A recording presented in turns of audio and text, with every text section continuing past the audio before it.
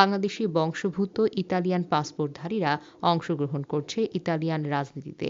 বাংলাদেশি প্রবাসীদের সমস্যাগুলো তুলে ধরতে ইতালিয়ান নির্বাচনী অংশগ্রহণ করার প্রস্তুতি নিচ্ছে।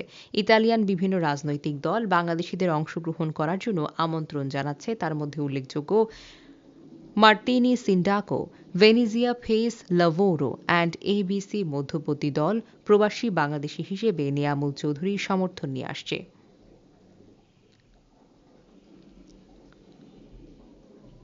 ইতালিয়ান কিছু পলিটিক্যাল লোকের সাথে বাংলাদেশ কমিউনিটি কিভাবে তাদের সাথে মিলে কাজ করতে পারি এটার একটা ক্লিয়ার মেসেজ দেওয়ার জন্য।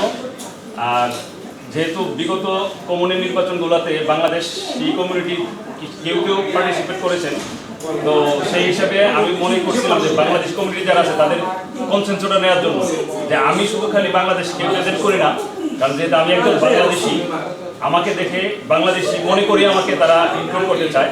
সেই হিসাবে এলাকার পলিটিক্যাল এবং সামাজিক নেতৃবৃন্দের সাথে মত বিনিময় করেছি কিভাবে আমরা এই একসাথে হয়ে কাজ করতে পারি। আজকের ইনকন্ত্র মূলত এই কমিউনের নির্বাচনে বাংলাদেশি অংশগ্রহণ এবং প্রার্থিতা ঘোষণা করা। তো আপনাদের সারা যারা বাংলাদেশে যারা আছে সবার মতামত নিয়েই হয়তোবা আমরা আমাদের মাঝে কেউ আমি হইতে পারি, আমরা যারা আছে আমরা যেন বাংলাদেশি কমিউনিটির মতামত নিয়ে এই একসাথে হয়ে এই কমিউনিটি নির্বাচনে অংশগ্রহণ করতে পারি। মূলত আজকের এই মেসেজটাই দেওয়া হচ্ছে।